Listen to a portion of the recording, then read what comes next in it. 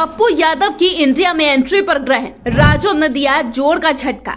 लोकसभा चुनाव को लेकर इंडिया में सीट बंटवारे की चर्चा कभी भी शुरू हो सकती है, लेकिन अभी तक पप्पू यादव को लेकर यह साफ नहीं हो पाया है कि वे महागठबंधन का हिस्सा बनेंगे या नहीं। हालांकि पप्पू यादव तो महागठबंधन में शामिल होने के मुद्दे पर कई बार बयान दे चुके हैं, पर लालू यादव और नीतीश कुमार ने इस पर विचार नहीं किया। इन सबके बीच यादव महासभा में कुछ ऐसा हुआ जिसको देखकर बिहार की राजनीति गर्म हो गई। वहीं अब राजद ने जिस तरह से जन अधिकार पार्टी पर पलटवार किया है, इसके बाद से ऐसा लग रहा है मानो महागठबंधन और पप्पू यादव का एक दूसरे से मोह भंग हो चुका है। ऐसे में आइए इस वीडियो में इसी मुद्दे पर चर्चा करेंगे। आपको बता दें कि पप्पू यादव किसी न किसी वजह से बिहार में सुर्खियों में बने रहते हैं।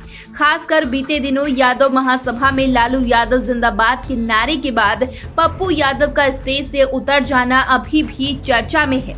दरअसल बीते 27 मई को मधेपुरा में पप्पू यादव भाषण दे रहे थे।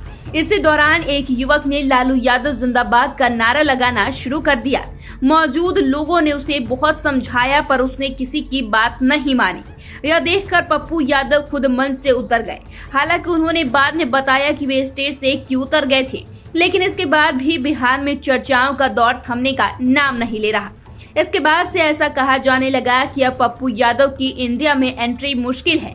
वैसे इस मामले में आगे क्या फैसला होगा ये तो वक्त बताएगा, पर अभी राजद ने पप्पू यादव को जोर का झटका देकर नए तकरार को जन्म दे दिया है। बता दें कि पप्पू यादव की पार्टी के कई नेताओं और कार्यकर्ताओं को राजद ने अपनी पार्टी में शामिल कर लिया है।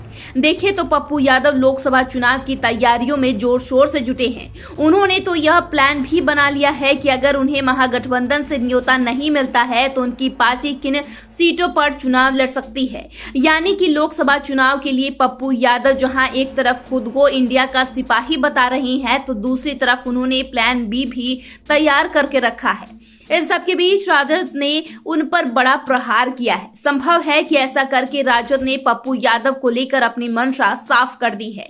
देखें तो इसके बाद से पप्पू यादव के तेवर भी बदल सकते हैं।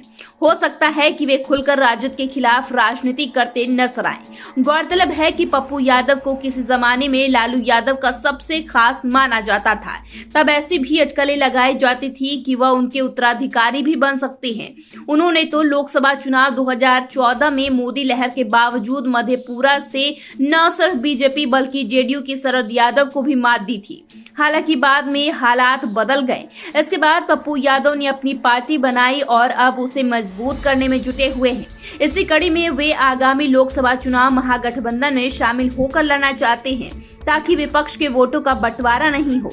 पर अचानक ही राजद ने जाप में सेंध लगाकर पप्पू यादव की मंशा पर कहीं न कहीं पानी फेरने की कोशिश की है।